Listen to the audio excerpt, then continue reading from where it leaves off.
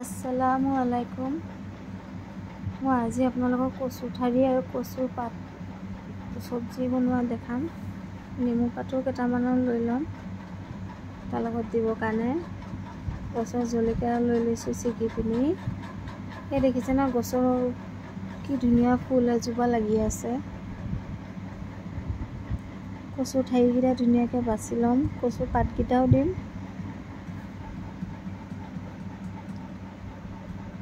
ভালকৈ কাটি ল'লোঁ। পিঁয়াজো কাটি ল'লোঁ। এই মছলাও ৰেডি কৰি ল'লোঁ। নেমু পাত কাটি লৈছোঁ। ইয়াত ৰহুন, এই গোটা জালুক মছলাও ৰেডি কৰি লৈছোঁ। এতিয়া তেলখিনি গৰম কৰি ল'লোঁ।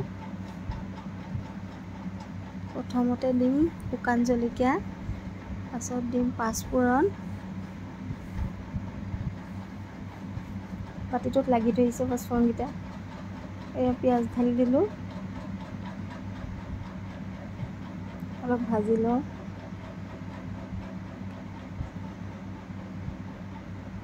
এয়া হ'ল ৰহুন বটি লোৱা।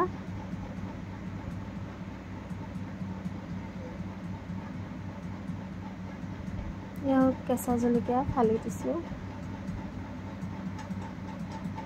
এতিয়া মছলাখিনি ইয়াতে দি দিম। অকণমান পানী দিম। এয়া হ'ল জালুকৰ পিচা। নেমু পাত কাটি থৈছিলোঁ যে ইয়াত দি দিছোঁ।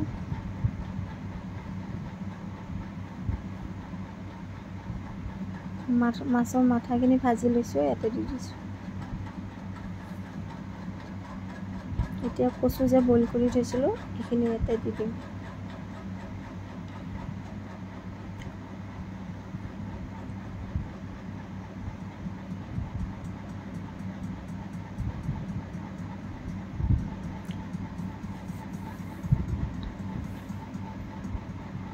বেছি দেৰি নালাগে, হৈয়ে যাব। এয়া নিমখ দি দিছোঁ। হৈয়ে গ'ল। কেনেকুৱা হৈছে চাওকচোন। আপোনালোকেও বনাই খাবচোন এনেকৈ। এই কাঢ়ি ৰেডি হৈ গ'ল খাবৰ কাৰণে। ভাল লাগিছেনে আপোনালোকৰ? এই কচু তৰকাৰী, এই মাছৰ ভুনা, এই দালি, এই মাছ ভজা, এই আলু ফ্ৰাই।